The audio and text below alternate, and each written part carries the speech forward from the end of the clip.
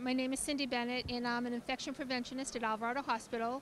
I am an RN, and I've actually only been an RN for about 10 or 11 years, and I've been working in infection control for 4.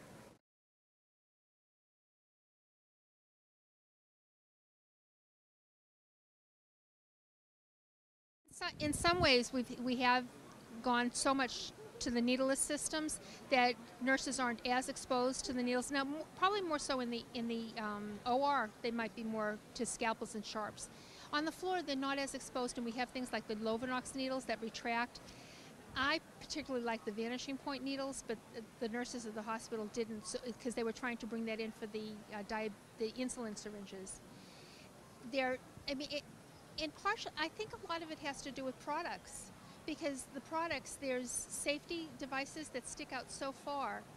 The safety devices stick out so far that I've seen people, and I have to admit that I may have done it myself in the past, have ripped the safety devices off, and just the act of ripping the safety device off is putting your hand at risk.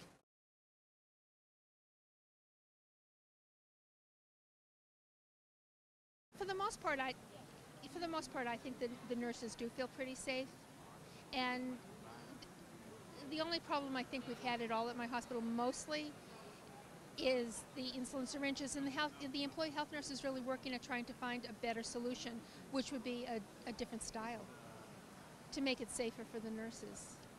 And it might be, and I'm not really sure about the OR, because we're all in a different culture, and the OR nurses are very separate. And but I think overall, other than the OR, the equipment we're using is pretty safe.